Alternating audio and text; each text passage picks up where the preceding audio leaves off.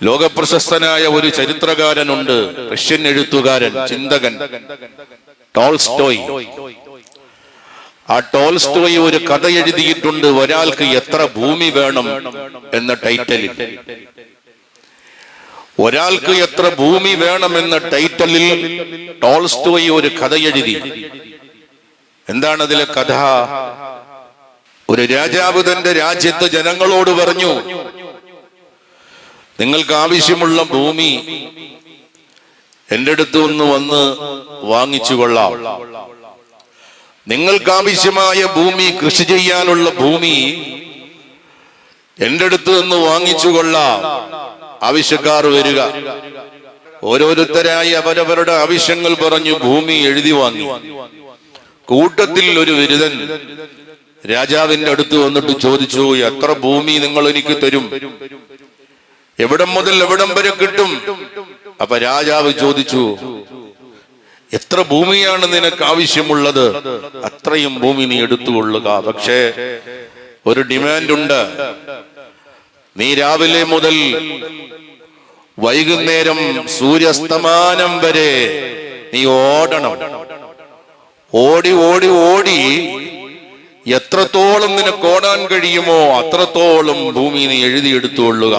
സന്തോഷമായി അയാൾ രാവിലെ കൂടുതൽ ഭൂമി സ്വന്തമാക്കാൻ വേണ്ടി അയാൾ ഓടുകയാണ്.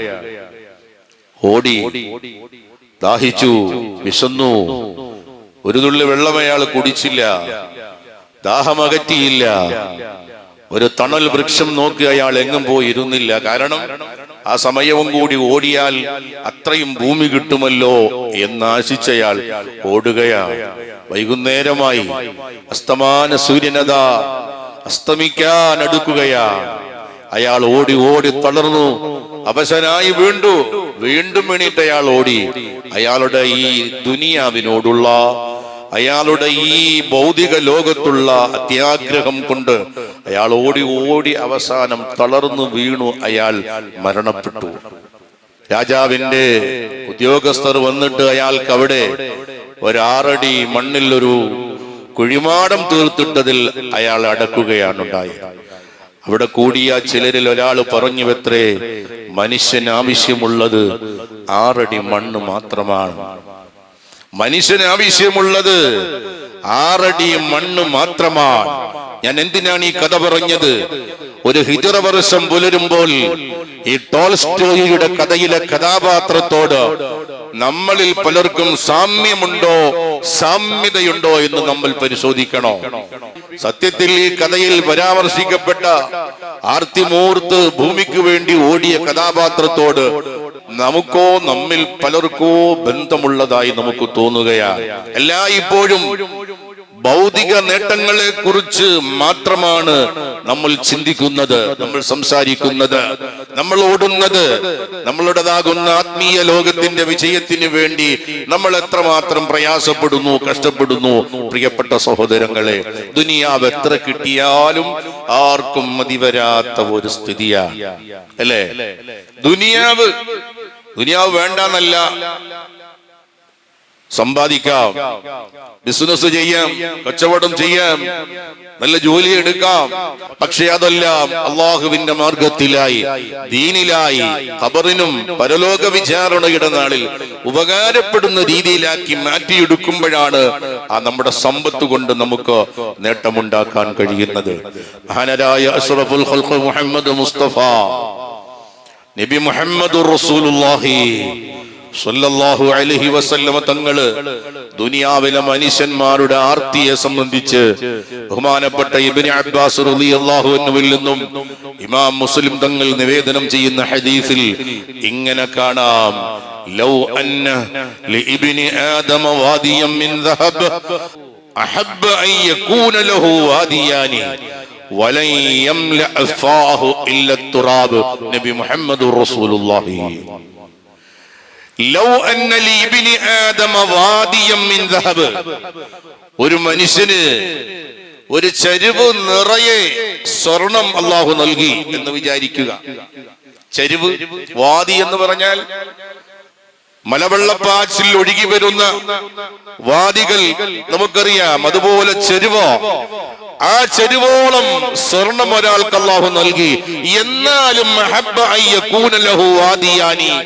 വീണ്ടും ഒരു 2 ചെരുവ് സ്വർണവും കൂടി കിട്ടട്ടെ എന്നാണ് അവന്റെ ആഗ്രഹം, അവന്റെ പ്രതീക്ഷയും അവന്റെ ആഗ്രഹവും അതാണ്. പക്ഷേ മുത്തായ തങ്ങൾ പറയുന്നു, വലം യംലഅ ഫാഹു ഇല്ല തുറാബ്, അവന്റെ വായിൽ മണ്ണ് വീഴുന്നത് വരെ അവന്റെ മോഹമോ അവന്റെ ഈ ദുനിയാവിനുള്ള ദാഹമോ അടങ്ങുകയില്ല.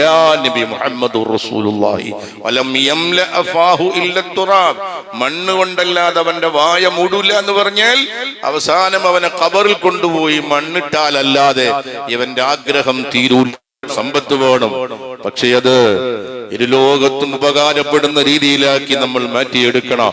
ലോകം മുഴുവനും വെട്ടിപ്പിടിച്ചടക്കിയ ഒരുപാട് ചക്രവർത്തിമാരെ, രാജാക്കന്മാരെ ചരിത്രത്തിൽ കാണാം. അവസാനം അവരെല്ലാവരും ഇവിടെ നിന്ന് പോകുമ്പോൾ കേവലം 6 അടി മണ്ണ് മാത്രമാണ് അവർക്ക് ഉപകാരപ്പെട്ടത്. കുന്നോളം സ്വർണം സമ്പാദിച്ച പലരും അവസാനം ഈ ലോകത്ത് നിന്ന് വിട പറയുമ്പോ ഒരു തരി സ്വർണം പോലും അവരാരും കൊണ്ടുപോയിട്ടില്ല. അതുകൊണ്ട് സഹോദരങ്ങളെ, ഈ പരിശുദ്ധമായ മുഹറം, ഈ മുഹറമിന്റെ ചിന്തകൾ ആത്മവിചിന്തനത്തിന്റെ, ആത്മവിചാരണയുടെ ചിന്തകളാക്കി മാറ്റണം. കേവലം ഒരു നല്ല ചിന്ത കൊണ്ട് നമ്മുടെ ജീവിതത്തെ തന്നെ നമുക്ക് മാറ്റിമറിക്കാൻ കഴിയും. അല്ലാഹു തൗഫീഖ് നൽകുമാറാകട്ടെ. ആഗ്രഹങ്ങൾ വേണ്ടെന്നല്ല, ആഗ്രഹങ്ങൾ അത്യാഗ്രഹങ്ങളും ദുരാഗ്രഹങ്ങളുമായി മാറുമ്പോഴാണ് പ്രശ്നം. ഒരാൾക്ക് 100 കിട്ടണം, എപ്പോഴും അയാളുടെ ചിന്ത 100 വേണമെന്നാണ്. പക്ഷെ അയാൾക്ക് കിട്ടുന്നത് 10 ഉള്ളൂ. ആ കിട്ടിയതിൽ ഒരിക്കലും അയാള് സന്തോഷിക്കുകയില്ല, അയാൾ ആസ്വാദനം കണ്ടെത്തുകയില്ല. വലിയ മണിമാളികകൾ കഴിയണമെന്നതാണ് സ്വപ്നം. തൊട്ടടുത്ത അയൽവാസി നല്ല നിലയിൽ 2000-ന്റെയും 5000-ന്റെയും സ്ക്വയർ ഫീറ്റിൽ മനോഹരമായ വീട് വെച്ച് താമസിക്കുകയാണ്. അതേപോലെ തന്നെ എനിക്കും വേണമെന്ന് ആശിച്ചു കഴിയുന്ന ഒരാള് അയാളുടെ കുടിലിൽ കിടന്നാൽ പിന്നെ അയാൾക്ക് വല്ല സമാധാനം ഉണ്ടാവോ? ഒരിക്കലും ഉണ്ടാകൂല.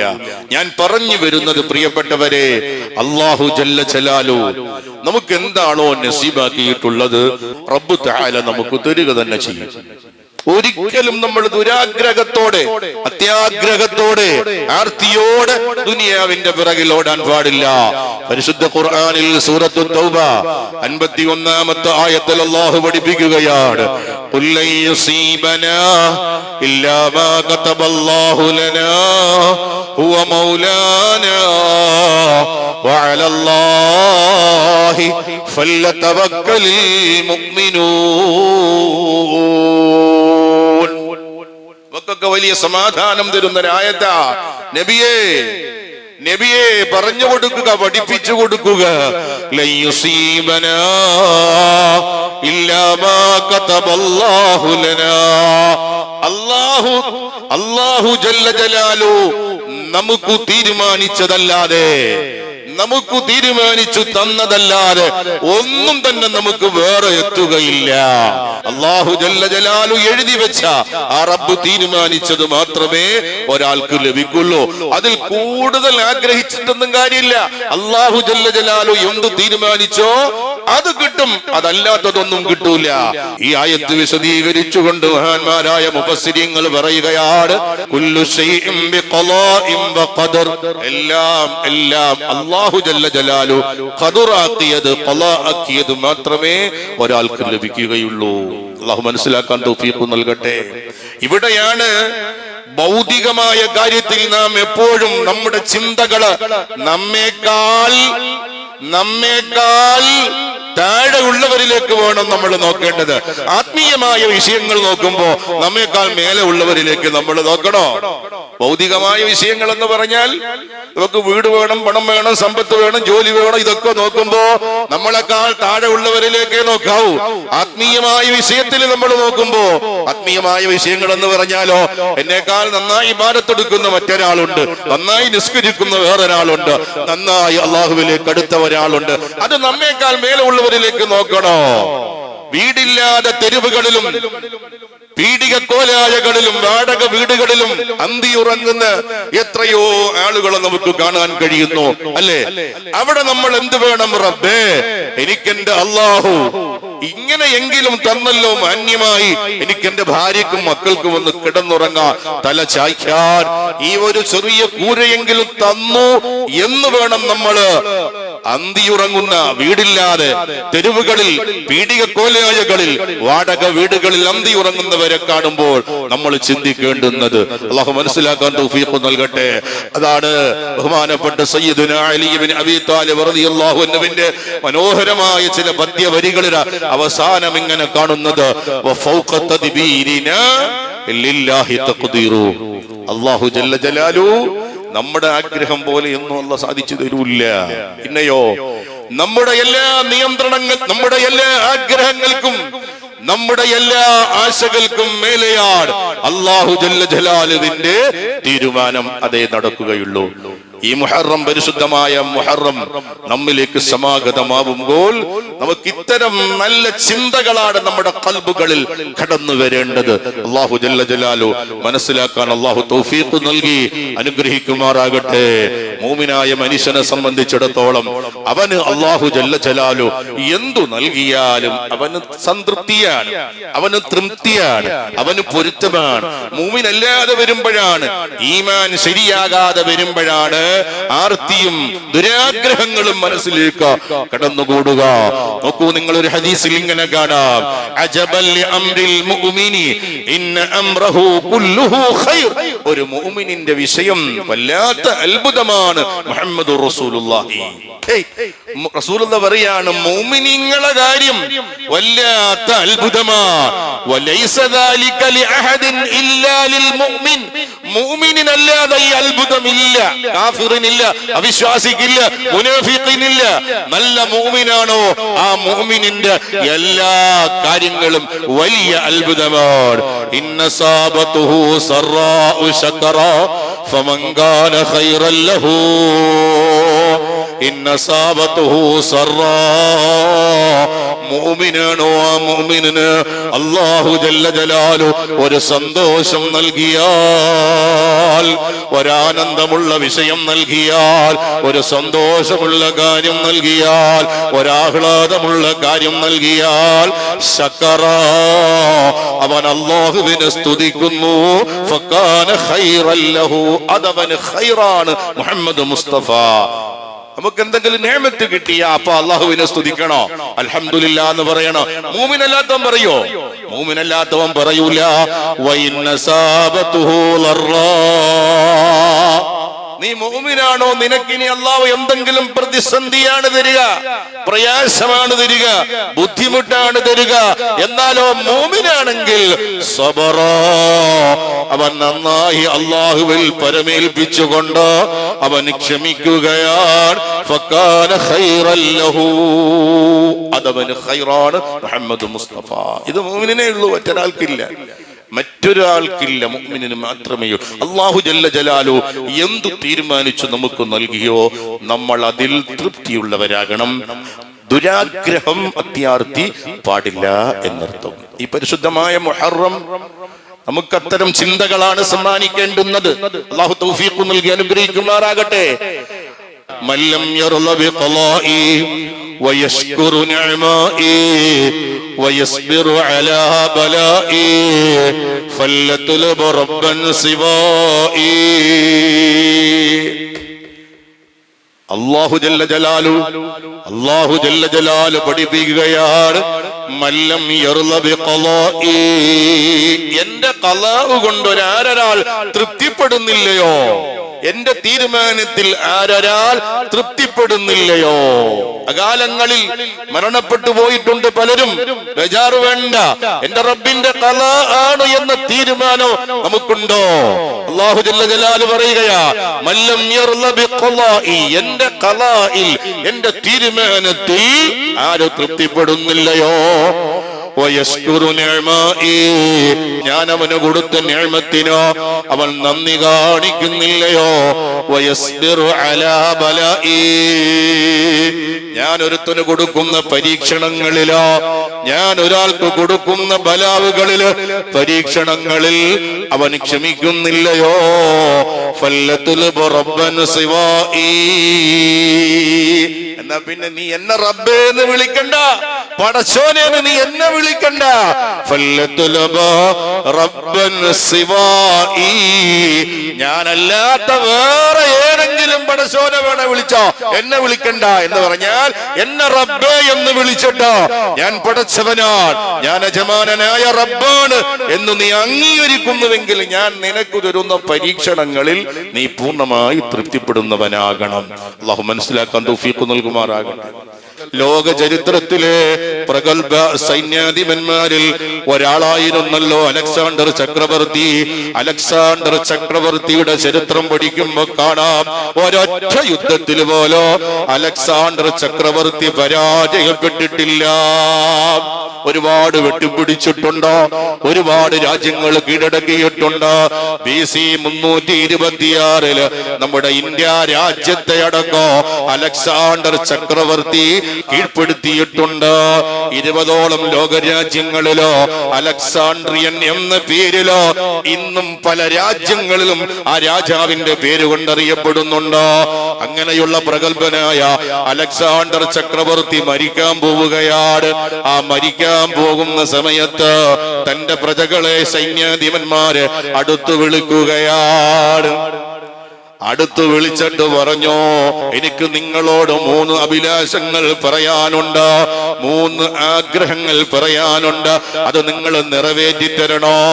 ഞാനിതാ മാസങ്ങളായി രോഗത്തിലാണ്, ഞാൻ മരണത്തോട് മല്ലിടുകയാണ്. എന്നെ ചികിത്സിക്കാൻ വേണ്ടിയിട്ടോ, എന്റെ ജീവൻ രക്ഷപ്പെടുത്താൻ വേണ്ടിയിട്ടോ എത്രയോ വലിയ പ്രഗത്ഭന്മാരായ ആളുകളെ നിങ്ങൾ കൊണ്ടുവന്നിട്ടുണ്ടല്ലോ. അതിലേറ്റവും പ്രഗത്ഭനായ ഒരു വൈദികനുണ്ടല്ലോ.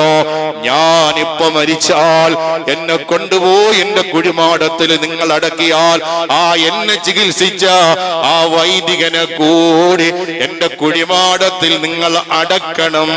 ഒരാഗ്രഹം, എന്നെ ചികിത്സിച്ച വൈദികനെ കൂടി എന്റെ കുഴിമാടത്തിൽ നിങ്ങൾ അടക്കണോ. രണ്ടാമത്തെ എന്റെ ഒരു ആഗ്രഹം ഞാൻ പറയട്ടെ, എന്റെ ഡെഡ് ബോഡി ചുമന്നുകൊണ്ട് ശവമഞ്ചപത്തിൽ ഇങ്ങനെ ഞാൻ എന്റെ ഈ സ്വന്തം രാജ്യത്തിന്റെ തെരുവിലൂടെ നിങ്ങൾ ഇങ്ങനെ എന്റെ ഡെഡ് ബോഡി കൊണ്ടുപോകുമ്പോ എന്റെ 2 കൈകളോ നിങ്ങൾ പുറത്തേക്ക് ഇടണം കേട്ടോ. 2 കൈകളോ നിങ്ങൾ ആ ശവപ്പെട്ടിയിൽ നിന്ന് പുറത്തേക്കിടണോ. മൂന്നാമതൊരാഗ്രഹം കൂടി പറയുകയാണ്, ഞാൻ ഒരുപാട് സമ്പാദിച്ചിട്ടുണ്ട്, ഞാൻ ഒരുപാട് വെട്ടിപ്പിടിച്ചിട്ടുണ്ട്. ആ എന്റെ സമ്പാദ്യങ്ങള് സ്വർണങ്ങളും വെള്ളികളും രത്നങ്ങളും ആഭരണങ്ങളും ഇതെല്ലാം എന്റെ ഡെഡ് ബോഡി കൊണ്ടുപോകുമ്പോൾ എന്റെ ഡെഡ് ബോഡി കാണാ റോഡിന്റെ തെരുവുകളിൽ ഒരുമിച്ച് കൂടിയ എന്റെ പ്രജകളില്ലേ, ആളുകളില്ലേ, അവരിലേക്ക് ഇത് മുഴുവനും നിങ്ങൾ വിതരണം ചെയ്തു കളയണോ. എല്ലാം ഒന്നില്ലാതെ എല്ലാം നിങ്ങൾ വിതരണം ചെയ്തു കളയണോ. സേനാ നായകന്മാര് ചോദിച്ചോ, അല്ല പ്രഭോ, വല്ലാത്ത വിചിത്രമായ ആഗ്രഹമാണല്ലോ നിങ്ങളുടേത്. എന്തിനാണ് നിങ്ങളുടെ കുഴിമാടത്തില് നിങ്ങളെ ചികിത്സിച്ച അതേ വൈദികനെ തന്നെ നിങ്ങൾ അടക്കണം എന്ന് നിങ്ങൾ എന്തേ പറഞ്ഞത്? ലോക ചരിത്രത്തില് തുല്യതയില്ലാത്ത സ്ഥാനം നേടിയ അലക്സാണ്ടർ ചക്രവർത്തി പറയുകയാണ്, ആയുസ് ഒടുങ്ങിയവന്റെ മുമ്പില് വൈദ്യശാസ്ത്രം എത്രമാത്രം പരാജയപ്പെട്ടു എന്ന് ജനങ്ങളെ ബോധ്യപ്പെടുത്താനാണ് എന്നെ ചികിത്സിച്ചിട്ടോ എന്നെ സുഖപ്പെടുത്താൻ കഴിയാഞ്ഞ വൈദികനെ കൂടി എന്റെ കുഴിമാടത്തിൽ അടക്കാൻ പറഞ്ഞത്. എന്ന് പറഞ്ഞാൽ വൈദ്യനോ, എന്നെ പരിശോധിച്ച വൈദ്യനോ, എന്നെ പരിശോധിച്ച ഡോക്ടറോ ദൈവമല്ല, ആ വൈദികനും മരണമുണ്ട് എന്നറിയിക്കാൻ വേണ്ടിയിട്ടാണ്. നിങ്ങളെ സമ്പത്തുകളെല്ലാം വിതരണം ചെയ്യാൻ പറഞ്ഞല്ലോ. എന്തിനാ അത് എന്റെ ഈ ആയുഷ്കാലം കൊണ്ട് ഞാൻ നേടിയെടുത്ത് വെട്ടിപ്പിടിച്ച എന്റെ സമ്പത്തുകളെന്നോ എന്റെ ജീവനെ രക്ഷിക്കാൻ കഴിഞ്ഞില്ല എന്ന് ജനങ്ങളെ ബോധ്യപ്പെടുത്താനാണ് അത് അവർക്ക് വിതരണം ചെയ്തേക്കുക. മൂന്നാമതൊരാഗ്രഹം പറഞ്ഞല്ലേ, എന്താ?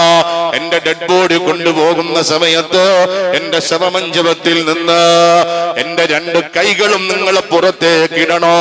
എന്തിനാണെന്നറിയുമോ? ഈ അലക്സാണ്ടർ ചക്രവർത്തി ഈ ലോകത്ത് നിന്ന് വിട പറഞ്ഞു പോകുമ്പോ ഒന്നും കൂടെ കൊണ്ടുപോയിട്ടില്ല, വെറും കൈയോടെ പോവുകയാണ് എന്ന് ലോകരെ കാണിക്കാൻ അറിയിക്കാനാ. അലക്സാണ്ടർ ചക്രവർത്തി അങ്ങനെ പറഞ്ഞോ ഇല്ലെന്ന് അവിടെ നിൽക്കട്ടെ, പക്ഷെ നമുക്ക് ഒരുപാട് പഠിക്കാനുണ്ട്. കൂട്ടത്തിൽ ഞാൻ മഹാനായ സയ്യിദുനാ അലി ഇബ്നു അബീ ത്വാലിബ് റളിയല്ലാഹു അൻഹുവിന്റെ മനോഹരമായ 2 വരികൾ കൂടി പാടുകയാണ്. വഫീ ഖബ്ലി കഫ്ഫത്ത് ഫീൽ ഇൻദൽ വിലാദതി ദലീലുൻ അലൽ ഹിർസിൽ മുറക്കബി ഫിൽ ഹയ്യ് വഫീ ബസ്തിഹാ ഇൻദൽ മമാതി ഇശാറതു അലാ ഫൻളുറൂനി ഖദ് ഖറജതു ബിലാ ശൈഇ. ഈ അലക്സാണ്ടർ ചക്രവർത്തി ഈ പറഞ്ഞതുമായി ബഹുമാനപ്പെട്ട അലി ഇബ്നു അബീ ത്വാലിബ് റളിയല്ലാഹു അൻഹു നൂറ്റാണ്ടുകൾക്ക് മുമ്പ് നമുക്ക് പാടിത്തന്ന ഈ വരികളുമായി ഒന്ന് നിങ്ങൾ ചേർത്ത് വായിക്കണേ. വഫീ ഖബ്ലി കഫ്ഫത്ത് ഫീൽ ഇൻദൽ വിലാദതി ദലീലുൻ അലൽ ഹിർസിൽ മുറക്കബി ഫിൽ ഹയ്യ്. ഈ ലോകത്തേക്ക് ഏത് പ്രസവിക്കപ്പെട്ട കുഞ്ഞുങ്ങളോ, ഏത് ഉമ്മയുടെ ഗർഭാശയത്തിൽ നിന്നോ ഏത് മക്കൾ ദുനിയാവിലേക്ക് പിറന്നു വീഴുമ്പോഴോ അവരുടെ 2 കൈകളോ ഇങ്ങനെ മുറുകെ പിടിച്ചിട്ടാണ് ജനിച്ചു വീഴുക. അതറിയിക്കുന്നത് ദലീലുൻ അലൽ ഹിർസിൽ മുറക്കബി ഫിൽ ഹയ്യ്. ഞാൻ ഈ ദുനിയാവിലേക്ക് പിറന്നു വീണു, ഇനി ഞാൻ ഈ ദുനിയാവിലുള്ളത് മുഴുവനോ പിടിച്ചെടുക്കുമെന്ന സൂചനയാണ് ആ കൈകൾ കുഞ്ഞുങ്ങള് മുറുകെ പിടിച്ചുകൊണ്ട് ജനിക്കുന്നത്. പക്ഷേ വഫീ ബസ്തിഹാ ഇൻദൽ മമാതി ഇശാറതു അലാ ഫൻളുറൂനി ഖദ് ഖറജതു ബിലാ ശൈഇ. മരിക്കുന്ന സമയമോ വഫീ ബസ്തിഹാ ഇൻദൽ മമാതി ഇശാറ. ഏതൊരാൾ മരിക്കുന്ന സമയമോ അവന്റെ കൈകൾ നിവർത്തി വെച്ചിട്ടാണ് അവനെ അടക്കം ചെയ്യുക. എല്ലാവരുടെ കൈകളും നിവർത്തി വെച്ചുകൊണ്ടല്ലേ. എന്താണ് ഇതറിയിക്കുന്നത്? അലാ ഫൻളുറൂനി ഖദ് ഖറജതു ബിലാ ശൈഇ. അലാ ലോകരെ നിങ്ങൾ നോക്കൂ, ഞാനിതാ ഈ ദുനിയാവിലേക്ക് വന്നപ്പോ എല്ലാം വെട്ടിപ്പിടിക്കും പിടിച്ചടക്കും എന്ന് വിചാരിച്ച ഈ ഭൂമി ലോകത്തേക്ക് ഉമ്മയുടെ ഗർഭാശയത്തിൽ നിന്ന് കൈമുറുക്കെ പിടിച്ചു വന്നുവെങ്കിൽ ലോകരെ നിങ്ങൾ നോക്കൂ, നിങ്ങൾ കാണോ. ഫൻളുറൂനി, എന്നെ നിങ്ങൾ നോക്കൂ, എന്നിലേക്ക് നിങ്ങൾ നോക്കൂ. ഖദ് ഖറജതു ബിലാ ശൈഇ. ഈ ദുനിയാവിൽ നിന്ന് ഞാൻ പോകുമ്പോൾ ഞാൻ ഒന്നും കൊണ്ടുപോകുന്നില്ല, വെറും കൈയോടെയാണ് പോകുന്നത്. അർഹമർ റഹീമായ റബ്ബ് സുബ്ഹാനഹു വ തആല ഇവിടെ കേട്ടതുപോലെ ദുനിയാവിനോടുള്ള വല്ലാത്ത ദുരാഗ്രഹം, അത്യാഗ്രഹം മനസ്സുകളിൽ നിന്ന് കളഞ്ഞ് അല്ലാഹുവിന്റെ തൃപ്തിയിലായി പൊരുത്തത്തിലായി ജീവിച്ച അവസാനം ഈമാൻ നന്നായി ഈമാനിന്റെ കമാലിയത്തിലായി ലാ ഇലാഹ ഇല്ലല്ലാഹ് ചൊല്ലി മരിക്കാൻ അല്ലാഹു നമുക്ക് തൗഫീഖ് നൽകി അനുഗ്രഹിക്കുമാറാകട്ടെ. ദുനിയാവ് വേണ്ട എന്നല്ല, ദുരാഗ്രഹം പാടില്ല എന്നാ, അത്യാഗ്രഹം പാടില്ല എന്നാ. ജോലിയെടുത്ത് സമ്പത്തുണ്ടാക്കാം, കച്ചവടം ചെയ്ത് പണമുണ്ടാക്കാം, ഏത് നിലയിലും സമ്പത്തുണ്ടാക്കുന്നതിനൊന്നും ഇസ്ലാം എതിരല്ല. പക്ഷെ ആ സമ്പത്ത് കൊണ്ട് സമൂഹത്തിനും നാടിനും അതുപോലെ തന്റെ ഖബറിലും തന്റെ പരലോക വിചാരണയുടെ നാളിലും രക്ഷപ്പെടുന്ന തരത്തിലേക്ക് ആ സമ്പത്തിനെ മാറ്റിയെടുക്കണം. അതാണ് ബുദ്ധിമാൻ ചെയ്യേണ്ടുന്നത്. നമ്മളൊക്കെ മറ്റുള്ളവർക്ക് വേണ്ടി ജീവിക്കുകയാണ്, ഭാര്യക്കും മക്കൾക്കും വേണ്ടി ഓടുകയാണ്, അല്ലേ? കല്യാണം കഴിഞ്ഞ നാൾ മുതൽ ഓട്ടമാണ്. ചോദിച്ചാൽ ഭാര്യക്കും മക്കൾക്കും വേണ്ടി സമ്പാദിക്കും. തിരിഞ്ഞു നോക്കണം സ്വന്തം ശരീരത്തോട്. ഞാൻ എനിക്കെന്ത് സമ്പാദിച്ചു? ഞാൻ മരിക്കും, ഞാൻ ഖബറിൽ പോയി കിടന്നാൽ എനിക്ക് പരലോക വിചാരണയുടെ നാളില് അള്ളാഹുവിന്റെ കോടതിയിൽ വിചാരണ നേരിടുമ്പോ ഞാൻ എനിക്കെന്ത് സമ്പാദിച്ചു? അവിടെയാണ് മിടുക്ക്. സമ്പത്ത് ആ രീതിയിലേക്ക് തിരിച്ചുവിടാൻ കഴിയണം. അള്ളാഹു ജല്ല ജലാലു തൗഫീഖ് നൽകി അനുഗ്രഹിക്കുമാറാകട്ടെ.